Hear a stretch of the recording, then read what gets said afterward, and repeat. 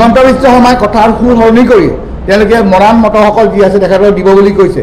এই সুৰ সলনি কৰা কথাত এক মুহূৰ্তৰ ভিতৰত সুৰ সলনি কৰাৰ এটা অভ্যাস আমাৰ মুখ্যমন্ত্ৰী ডাঙৰীয়াৰ আছে।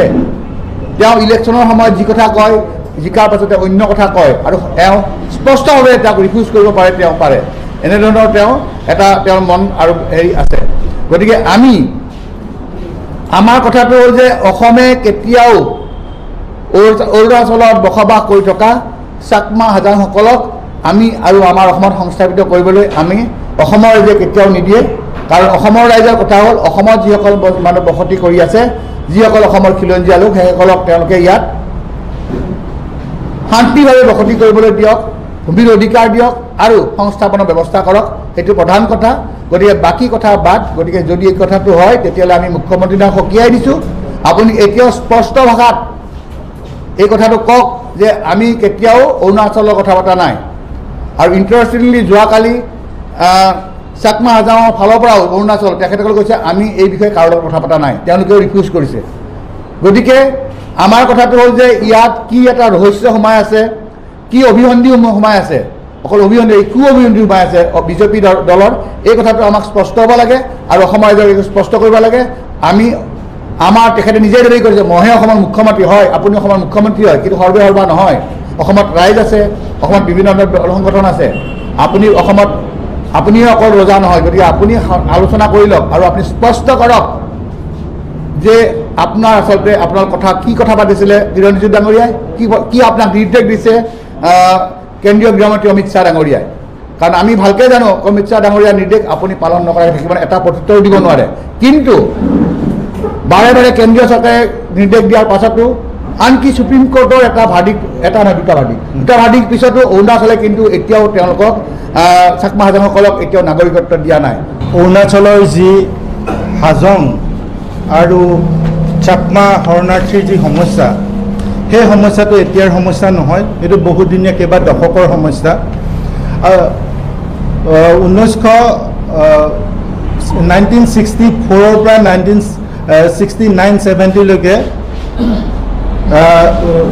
তেতিয়াৰ পূব পাকিস্তান, তেতিয়া বাংলাদেশ সৃষ্টি হোৱা নাছিলে, পূব পাকিস্তানৰ কিছু গোষ্ঠীগত সংঘৰ্ষ আৰু নদী বান্ধৰ এক প্ৰজেক্টৰ প্ৰভাৱিত হৈ পেলাই বহু চাকমা আৰু হাজং লোক বিভিন্ন অঞ্চললৈ প্ৰব্ৰজিত হৈছিল। তাৰে একাংশ অৰুণাচল প্ৰদেশত সেই সময়ত থিতাপি লৈছিল আৰু তেওঁলোকক শৰণাৰ্থী হিচাপে ভাৰত চৰকাৰে স্বীকৃতি দিছিল। ইয়াৰ পাছত কিন্তু অৰুণাচল প্ৰদেশৰ বিভিন্ন দল সংগঠনে বা তেওঁলোকৰ স্থানীয় ৰাইজে কেতিয়াও তেওঁলোকক নাগৰিকত্ব দিয়া কথাটোত সদায় বিৰোধিতাই কৰি আহিছিল।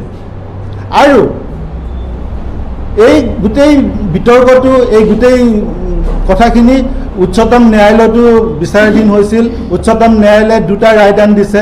প্ৰথম ৰায়দানটো দিছিলে 1996 চনত আৰু তাৰ পিছৰ ৰায়দানটো আছিলে এটা নিৰ্দেশনা, আচলতে পিছৰ নিৰ্দেশটো আছিলে 2015 চনত।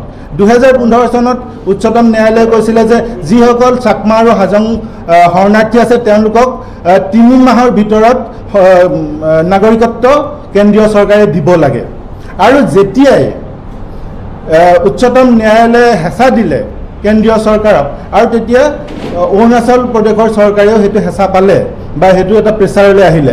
অহাৰ লগে লগে তেতিয়া তেওঁলোকে অন্য অপশ্যন বিচাৰিবলৈ ল'লে যে এই হাজং আৰু যিখিনি চাকমা শৰণাৰ্থী আছিল, সেই চাকমা শৰণাৰ্থীসকলে তেওঁলোকে নাগৰিকত্ব দিয়াৰ সদায় বিৰোধিতা কৰি আহিছিলে, তেওঁলোকক যিখিনি সা সুবিধা পাব লাগে বিৰোধিতা কৰিছিলে। গতিকে তেওঁলোকে এটা অন্য ধৰণৰ অপশ্যন বিচাৰিলে কি যে তেওঁলোকক অৰুণাচলৰ পৰা অন্য ৰাজ্যলৈ সংস্থাপিত কৰি তেওঁলোকক নাগৰিকত্ব দিব পাৰে নেকি। আৰু এই বস্তুটো সেইদিনাখন কিৰণ ৰিজিজুৱে কোৱাৰ সময়ৰ এইটো এতিয়াৰ ইছ্যু নহয়, এইটো তেওঁলোকৰ পৰিকল্পনা প্ৰায় আগৰ পৰাই, যেতিয়া 2015 চনত সুপ্ৰিম কোৰ্টে উচ্চতম ন্যায়ালয়ে নিৰ্দেশনা দিছিলে তাৰ পাছৰ পৰাই সেইটো লাহে লাহে আৰম্ভ হৈছিল। আৰু এই নাগৰিকত্ব সংশোধনী আইন কাৰ জৰিয়তে যেতিয়া বিভিন্ন অঞ্চলত আমাৰ অসমৰ ব্ৰহ্মপুত্ৰ উপত্যকা বা ভাৰতৰ আন আন ৰাজ্যবোৰত যেতিয়াই বিদেশী নাগৰিকক সংস্থাপিত কৰাৰ কথাটো আহিলে তেতিয়া সেই সুবিধাটো গইনা লৈ পেলাই তেতিয়া এই কিৰণ ৰিজিজুৱে কৈছে যে যিহেতু কাখন অৰুণাচল প্ৰদেশ বিভিন্ন ৰাজ্যৰ লগতে অৰুণাচল মিজোৰাম মণিপুৰ মেঘালয় আৰু অসমৰ BTR বা অন্যান্য 6 শেডিউল এৰিয়াবোৰত যেনেকৈ প্ৰযোজ্য নহয় গতিকে তাত তাৰমানে কোনো নাগৰিকত্ব দিব নোৱাৰিব বাংলাদেশৰ পৰা অহা গতিকে আমাৰ অসমৰ একমাত্ৰ থাকি যায় ক'ত অসমৰ ব্ৰহ্মপুত্ৰ উপত্যকাটোত সেই ব্ৰহ্মপুত্ৰ উপত্যকাটোত আনি পেলাই সেই মানুহখিনিক তাৰমানে ইয়াত সংস্থাপিত কৰি তেওঁলোকে নাগৰিকত্ব দিয়াৰ কথাটো তেনেকুৱা ধৰণৰ এটা পৰিকল্পনা যোৱা 2015 চনৰ পিছৰ পৰাই আৰম্ভ কৰিছে আৰু কাখনে তাক আৰু সহায় কৰি দিছে গতিকে এই পৰিকল্পনাটো আমি এতিয়াৰ পৰিকল্পনা বুলি বা অকল কালি হিমন্ত বিশ্ব শৰ্মা ডাঙৰীয়াই যি ধৰণে কৈছে যে এইটো নিৰ্বাচনৰ কাৰণেই হেৰিয়ে কেন্দ্ৰীয় মন্ত্ৰীজনে তেনেকৈ কৈছে কিন্তু এই কথাটো ইমান পাতলভাৱে লোৱাটো কেতিয়াও আমাৰ গ্ৰহণযোগ্য নহয় আমাৰ অসমৰ স্বাৰ্থত কাৰণ অসমতে এতিয়া বিভিন্ন ধৰণৰ সমস্যা আছে অসমতে নাগৰিকত্ব বা অন্য ধৰণৰ কাৰ সমস্যাক লৈ আছে আমি সংস্থাপিত হোৱা নাই আমাৰ ইয়াং জেনেৰেশ্যনটোৱে কোনো ধৰণৰ চাকৰি বাকৰি এতিয়া নাই পোৱা তাৰ পাছতো আৰু 1-1.5 লাখ মানুহ আনি পেলাই ইয়াত সংস্থাপিত কৰাটো আমি কোনো পধ্যেই আমি মানি ল'ব নোৱাৰোঁ